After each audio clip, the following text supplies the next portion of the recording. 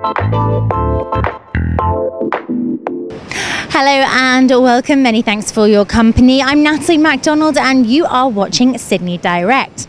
Now, Taiwan is not a nation which crops up on our radar too often. However, with political overhauls and reforms set to take place, this economy is one which has certainly piqued our interest. My guest for today is Katrina L of Moody's Analytics.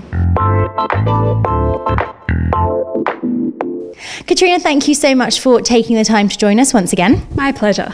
Okay, so Taiwan, not one that we often talk about. Firstly, can you give us sort of an overall economic sentiment at the moment?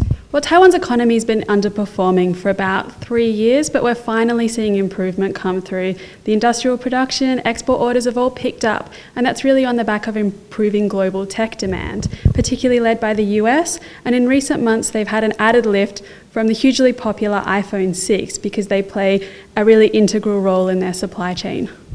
Now, sort of one exciting movement, I guess. We've had the resignation of the entire government cabinet. How does this sort of fit in with the socio-economic picture?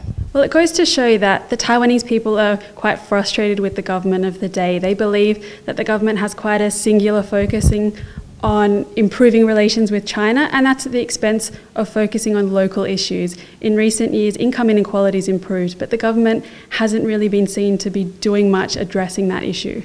You touched there on China, which is a key trade partner for Taiwan. How does this election defeat then of the KMT really impact that relationship with China? Well, the local elections that have just happened are seen as a good indicator for the presidential elections in 2016. And as it stands, it looks like the opposition Democratic Progressive Party, also the less China-friendly party, will be successful in those elections.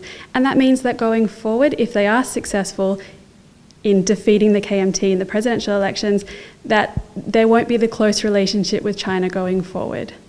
Lastly then, how would you respond to the suggestion that Taiwan's economy is in fact in need of a reboot? And do we see that really present in items such as Monday's trade balance figure? Well, I think in the near term, Taiwan's economy is doing quite well. I don't think they need a reboot. I think we're seeing in the trade figures for November that exports are gradually improving. They accelerated from October, and we should see further improvement going into 2015 on the back of the improving global environment. But longer term, I'm definitely more concerned because I guess the backbone of the Taiwanese economy has traditionally been manufacturing, and that's moved offshore to China. And at the same time, competitiveness in the tech space is falling behind Korea, which is really powering ahead.